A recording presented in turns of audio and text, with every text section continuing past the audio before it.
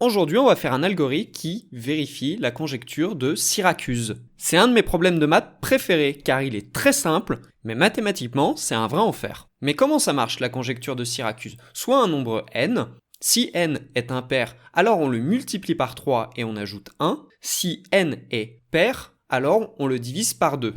Et on recommence à l'infini. Et la conjecture de Syracuse nous prédit qu'on finira à un moment ou un autre par tomber sur la séquence 4, 2, 1, qui se reproduira ensuite à l'infini. Et a priori, ça marche pour tous les nombres, même si ça n'a jamais été montré mathématiquement. Donc je vous propose de créer un algorithme pour vérifier si ça marche réellement. Donc on commence par créer notre fonction Syracuse, auquel on va mettre une variable, qu'on va appeler fly, pour compter le nombre d'occurrences avant d'arriver à cette fameuse séquence 4, 2, 1. Ensuite, on fait une boucle, while, et la question c'est quelles conditions on met dans cette boucle pour s'arrêter. Alors on pourrait se dire, si tu vois 4, 2, 1, tu t'arrêtes. En réalité, il suffit d'avoir l'un des trois nombres. Donc ici, j'ai choisi 4 pour éviter de faire 2 tours de boucle supplémentaires. Ici, on va faire un if et on va regarder si la valeur est impaire. On utilise un modulo 2 et si le résultat est 1, alors on va prendre la valeur, on la multiplie par 3 et on fait plus 1.